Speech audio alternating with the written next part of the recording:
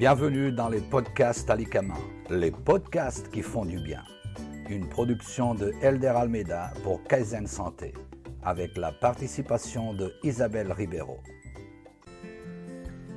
Dans la série des alicaments oubliés, nous allons aujourd'hui nous intéresser au céleri. Il en existe de plusieurs types. Les plus connus sont le céleri rave à la racine hypertrophiée et le céleri branche. Ils sont de la même origine, lâche odorante des marais. Celui qui nous intéresse aujourd'hui, c'est le céleri branche qui est originaire du bassin méditerranéen. En termes de pharmacopée chinoise, la saveur du céleri est douce, très légèrement piquante, de nature fraîche, voire froide. On peut aussi noter une certaine amertume. Les anciens le consommaient pour ses multiples vertus. On disait qu'il pouvait calmer les maux de dents, éviter les états mélancoliques, stimuler le système nerveux. Il était également très connu pour ses effets diurétiques. Le céleri était également souvent consommé pour ses vertus aphrodisiaques. Un vieux proverbe dit « Si les femmes savaient ce que le céleri vaut à l'homme, elles en feraient chercher jusqu'à Rome ». Avec les recherches modernes, on a mis en évidence, dans les tiges de céleri frais, une substance induisant la production de testostérone qui, elle, favorise la libération d'androstérone, un aphrodisiaque contenu dans la sueur sous forme de phéromones. En Égypte et en Chine, on l'utilisait pour traiter les malades atteints de douleurs, de crises de gouttes et de rhumatisme. Que nous dit la médecine chinoise ? Le céleri se dit en chinois qingkai. Nous savons qu'en pharmacopée chinoise, chaque plante, fruit ou légume ont des vertus thérapeutiques ou préventives qui visent un ou plusieurs méridiens et organes cibles. Les méridiens et organes destinataires du céleri branche sont le foie, l'estomac, le poumon et la vessie. En premier lieu, de par sa nature froide, le céleri branche abaisse la chaleur du foie, soit l'excès de yang au niveau de cet organe. Ainsi, que ce soit les vertiges, les étourdissements, le teint rouge, les yeux rouges, inflammatoires ou pas, les maux de tête, tout ce qui suppose un excès de yang dans le haut du corps peut être traité par cette plante. Ensuite, il harmonise l'estomac et abaisse sa chaleur. Cette chaleur peut, entre autres, être amenée par un excès de consommation d'alcool. Le céleri permet donc d'atténuer l'hyperactivité de l'estomac, pouvant donner comme symptômes la soif, des nausées, des vomissements. Pris sous forme de jus avant un repas, il peut être considéré comme apéritif qui ouvre l'appétit et prépare à une bonne digestion. Le céleri a une action sur le méridien de la vessie. Il permet de lutter contre les états de chaleur de celle-ci et de favoriser la diurèse. Quand on parle d'humidité-chaleur de la vessie, on sous-entend tout ce qui peut être phénomène inflammatoire, comme des cystites et infections urinaires. C'est donc un excellent antiseptique des voies urinaires et également un très bon diurétique naturel. Quand il est consommé entier, il apporte d'excellentes fibres qui nettoient littéralement le tube digestif et les villosités intestinales. Il peut être très utile dans les régimes amaigrissants. Non seulement il est hypocalorique, 20 kcal pour 100 grammes, ce qui veut dire que l'on va dépenser plus d'énergie pour le digérer que ce qu'il en apporte. Donc il contribue à une perte de poids dans la balance catabolisme-anabolisme. Mais aussi sa fonction diurétique va favoriser cette même perte de poids.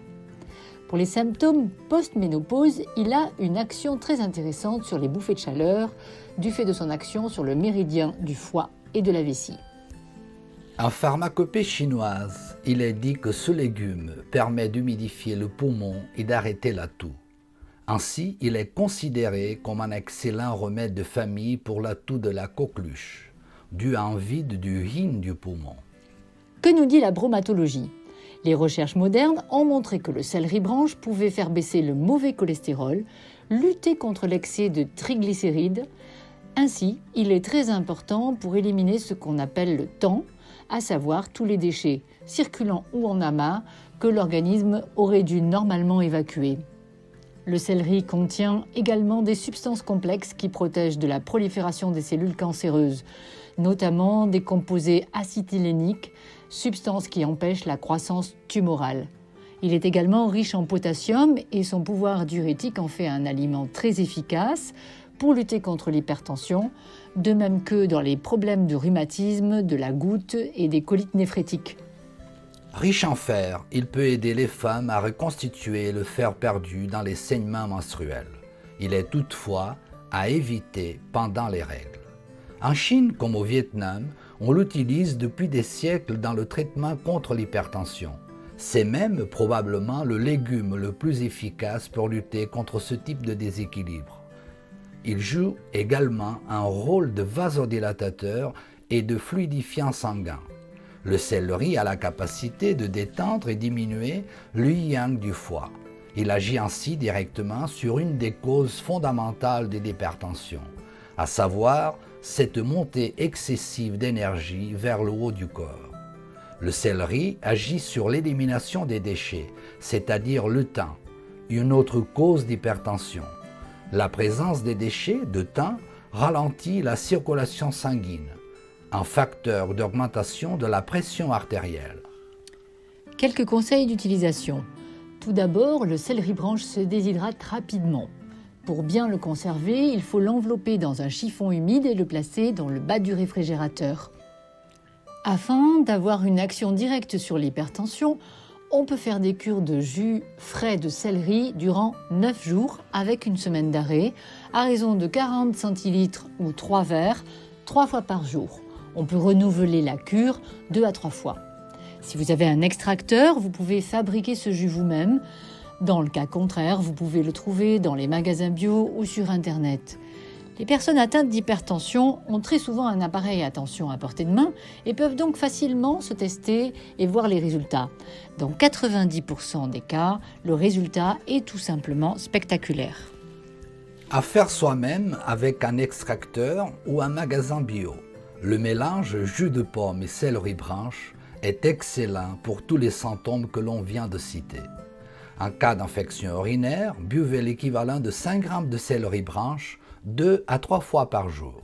N'oubliez pas que ces boissons entrent dans la quantité de liquide que vous ingérez tout au long d'une journée, à savoir pas plus d'un litre en petite quantité fractionnée.